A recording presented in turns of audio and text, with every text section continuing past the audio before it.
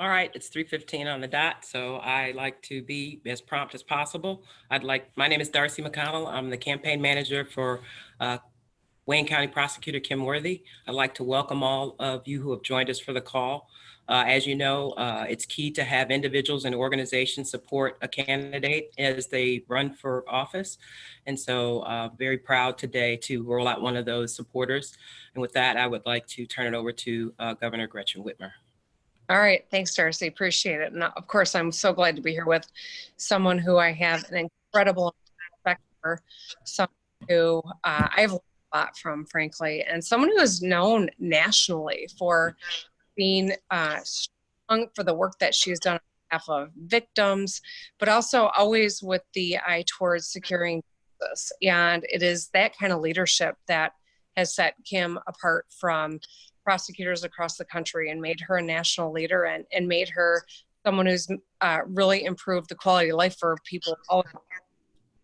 You know, she's been bold and fearless, and she is a leader. She knows how to lead. She's managed a $44 million budget and over 300, and she's always been someone who has been on the cutting edge of reform. You know, she's a progressive, as evidenced by her creation of specific units that exonerate the wrongly convicted and led to 19 exonerations.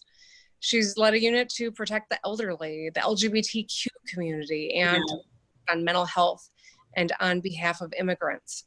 And she brought justice. Yeah, by creating a national model for testing and investing a backlog of 11,341 untested kits that were found in a Detroit police lab by an assistant prosecutor in her office.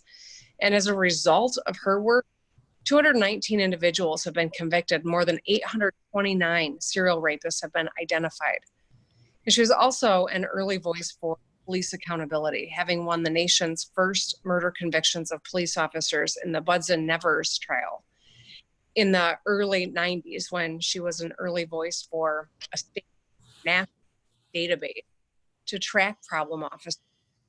And she was an early adopter of alternatives to confinement, which has led to diversion, so meaning not going into the prison, for 5,400 non-violent adult offenders and over 6,000 juveniles.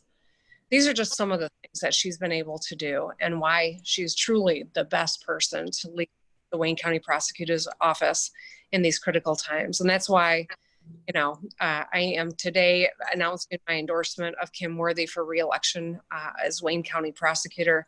I've known Kym for years. I couldn't throw my support behind someone more enthusiastic about her experience and innovation represent the type of leadership that we need now more than ever. So with that, I am proud to be here and proud to be a supporter of Kym Worthy. Thank you so much, Governor Whitmer. I'm humbled to be your friend.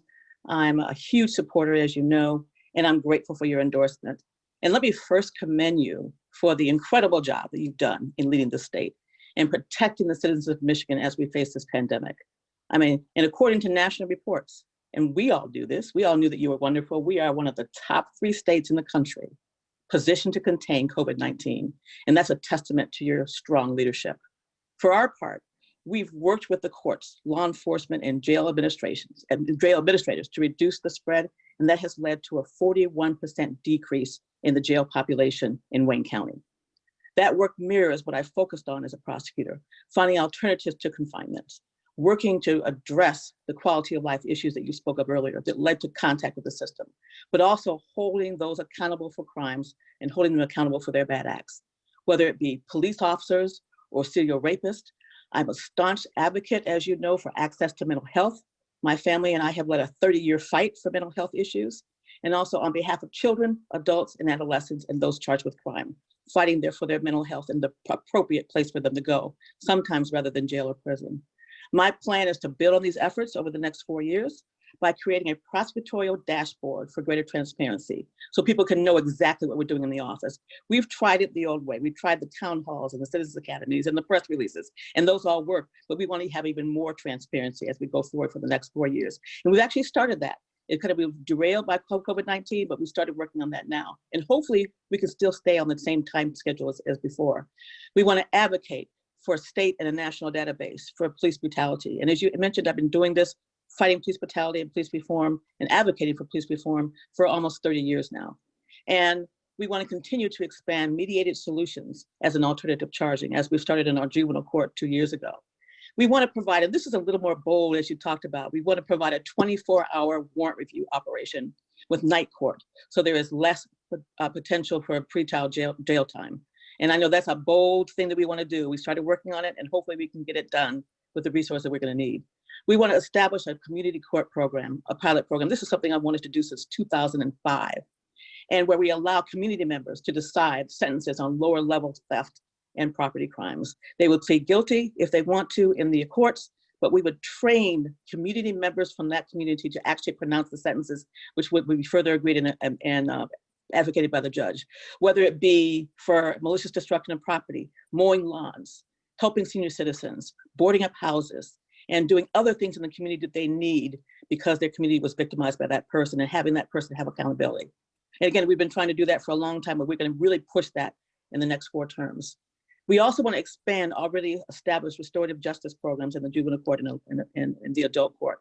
We want to support no cash bail for ordinance violations, most traffic violators, and non-assaultive misdemeanors. And we also want to enhance, we began this work when we started working with the Conviction Integrity Unit. We, as you said, we have exonerated 19 people now, and we want to make sure that they succeed. So we want to continue our work that we've started for wraparound services for the newly exonerated. We have met with college presidents, and we're going to meet with other people. For example, one thing that we're working on is free college tuition at some of our community colleges that they've stepped up for people who are newly exonerated. Transportation, housing, and other things that we're working with different providers for that we'll be rolling out very soon. I think that my experience makes me well suited to lead in these tough times. So I'm asking the Wayne County voters, with your support and help, to help me retain my seat and vote for me on August the 4th. Vote absentee, vote any way you want, but please support Kym Worthy for re-election to Wayne County Prosecutor. And I cannot tell you how much this personally means to me to have your support. A woman that I've admired since you stood up on that floor years ago, and I took notice of you and everything that you've done since then. I'm so proud to be from this state, and I'm proud to be a Michigander, and I'm proud to have you as my governor. And I'm even more proud to have your support for re-election.